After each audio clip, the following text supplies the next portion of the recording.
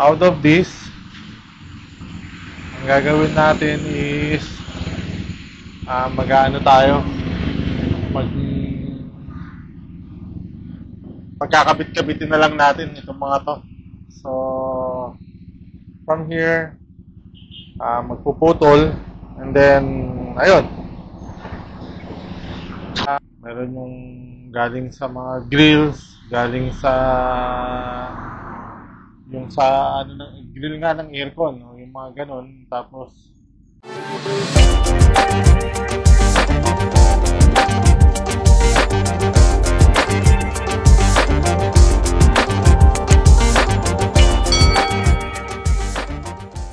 tayo dito, yun, mga retaso lang na kung saan galing. Actually, galing to sa kung ano-anong mga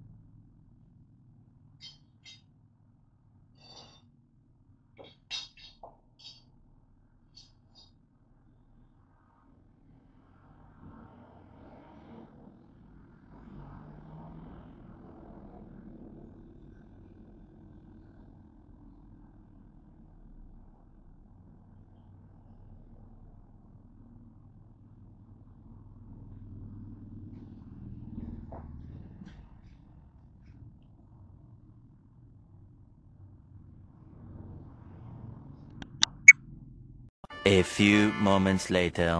so ito na yung magiging outcome ng nung pinaka base plate niya, o yung pinagpapatungan mismo nung ating water dispenser, yung slim container na may faucet. So ito, ayan yung pang ilalim, yung para doon sa reserve na na container. Tapos ito naman yung magiging sa ibabaw, yung gagamitin. So ang magiging itsura niyan, kung titignan nyo, ganito siya.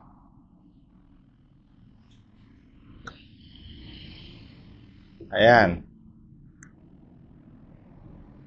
Yan siya. So meron talagang space dito sa part na to. Ayan. Para dun sa faucet. Tapos ito, minake sure ko na tatama yung dito sa may parting pinaka parang paanong bottom nitong container, tatama dun sa doon siya babagsak mismo sa may bakal.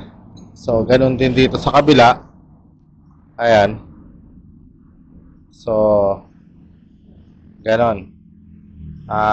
Dito sa kabila, hindi ko na linagyan nung parang tapyas dahil hindi naman bubuksan niya, nasa ilalim eh.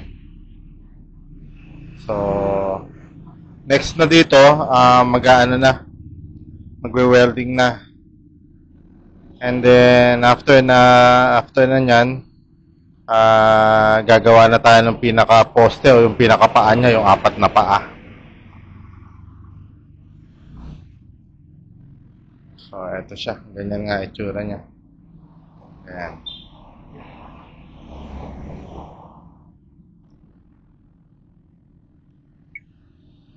Dito sa pinaka-poste o yung gagawin kong 4 na paa nitong nitong rack, kung makikita nyo, ayan, may ginawa kong inano ko siya, inukaan ko. Ginamit ko grinder dyan. Ayan. And then, dito rin sa kabila. Yan. Actually, may purpose yan. Kasi, since flat bar itong ginamit natin, so para matibay, ayan, no? Isusuot natin yan dyan. Ganon. Kumbaga, nakaano na siya, nakapasok siya para matibay, firm yung pagkakaano niya. Yeah. Ayan, itong kabila, lagay natin.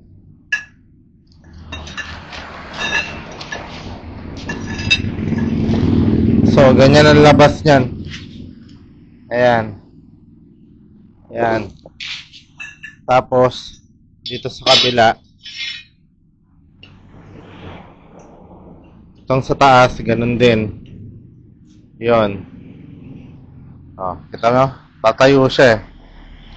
So, para hindi hindi yung nakabitin lang, kundi meron talaga siyang suporta. So, yan. Ganyan na gagawin. And then, subok din natin itong sa taas. Ayun, ganon. And then, ayun. So, kumbaga, ganyan na yan pag nakatumba. Ayan. Pa-fit na ba? So, ganun siya. So, yan na yung magiging itsura. Ganyan ang kalalabasan yan.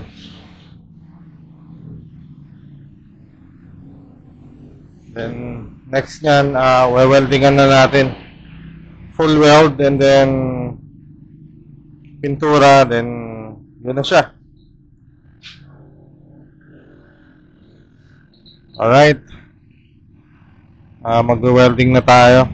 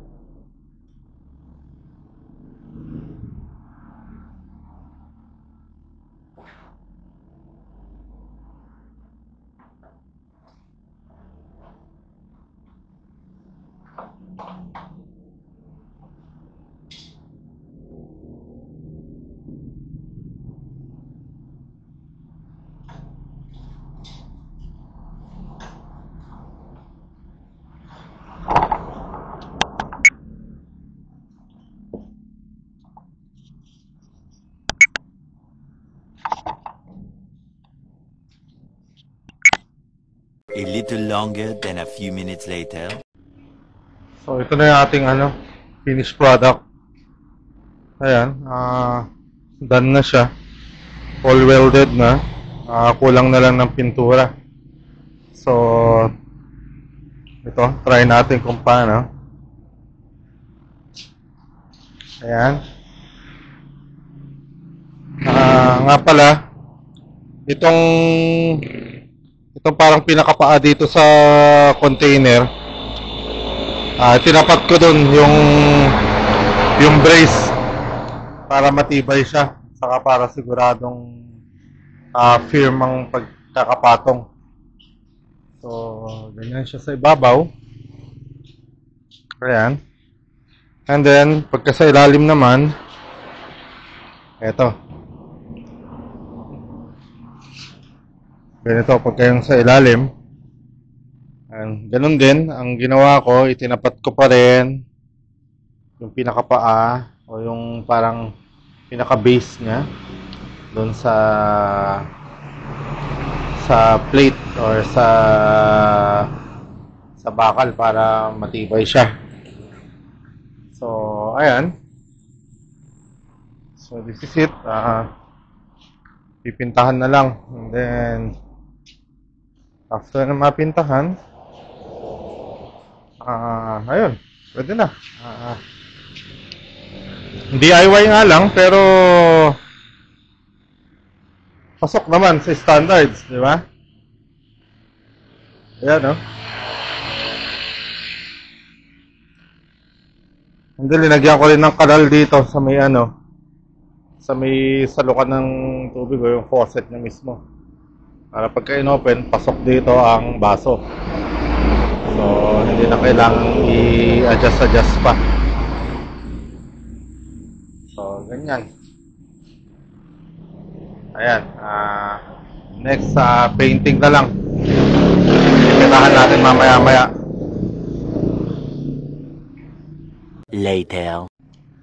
Ito na yung finished product natin. Ayan, painted na rin siya. Color green yung pinintura ko since yun yung available.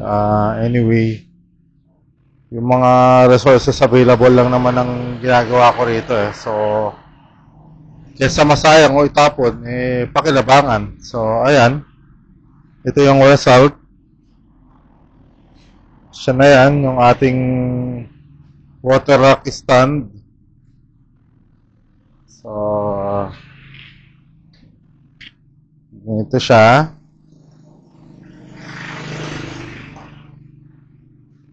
Ayan. Ano magiging itsura niya. And then, pagka sa baba naman, ayun.